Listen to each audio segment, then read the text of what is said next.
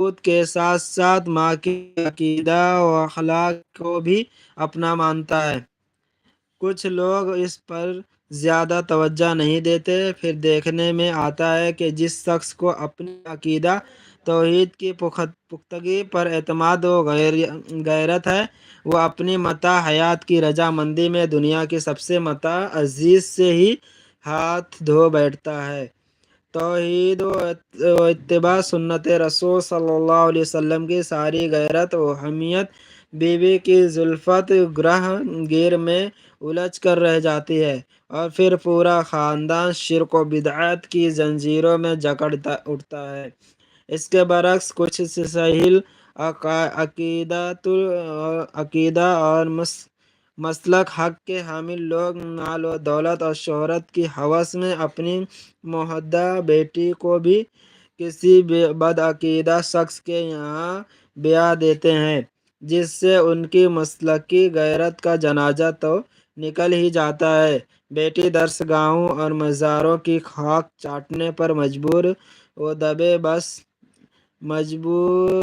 و بے بس ہو جاتی ہے۔ ایسے لوگوں کو اللہ رب العالمین کا خوف کھانا چاہیے، یہ بیٹی کے ساتھ بہت بڑا دھوکہ ہے۔ اللہ رب العالمین انہیں صحیح سمجھ عطا فرمائے۔ اور سب سے اہم بات یہ ہے کہ والدین و مربیان اپنے آپ کو ایک بہترین نمونہ اور اسوہ کے طور پر پیش کریں۔ سچائی، دینی غیرت، رحمیت، امانت داری، محبت، خودداری، عدل و انصاف، اخوت و ہمدردی، خیر خواہی، حق گوئی و بے باکی، صبر و استقامت، شجاعت و بہادری کا نمونہ ہوں، نیک اوصاف کے حامل اور گندے کاموں سے دور رہیں۔ یہ بڑی خوش آئند بات ہے کہ اب تک جو کوتاہیاں ہوئیں ان کا خمیازہ بھگتنے کے بعد اب لوگوں نے اس جانب توجہ دینا شروع کر دیا ہے، اور صدیوں سے چلی آ رہی سرد مہری کی فضا بدل رہی ہے، اور لاپرواہی و بے اعتنائی کا جموں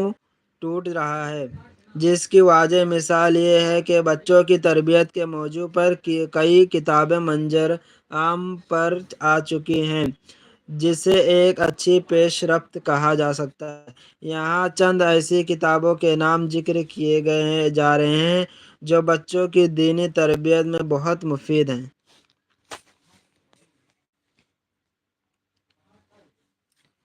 زیر نظر کتاب یگانہ روزگار، علامہ اثر عظیم محدث و مجدد امام البانی رحمۃ اللہ علیہ کے شاگرد مشہور عالم دین شیخ محمد جمیل جینوں کی کتاب کیف نربی اولادنا کا ترجمہ ہے۔ اس کتاب کی اہمیت و افادیت کا اندازہ اس بات سے لگایا جا سکتا ہے کہ تعداد تحریر اس کے 19 ایڈیشنز چھپ کر منظر عام پر آ چکے ہیں۔ یہ ترجمہ 19ویں ایڈیشن کا ہے، جس کی خصوصیت یہ ہے کہ مؤلف نے اس میں تنقیح و تصحیح اور قابل قدر اضافہ کیا ہے۔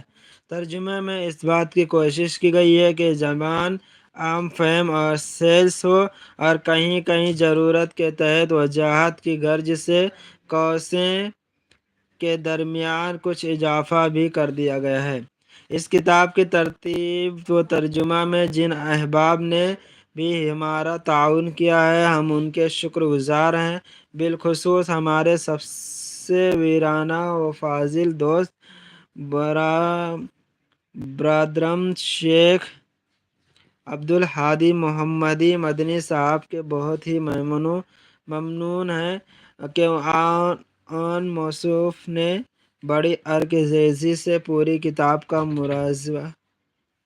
کیا۔ جی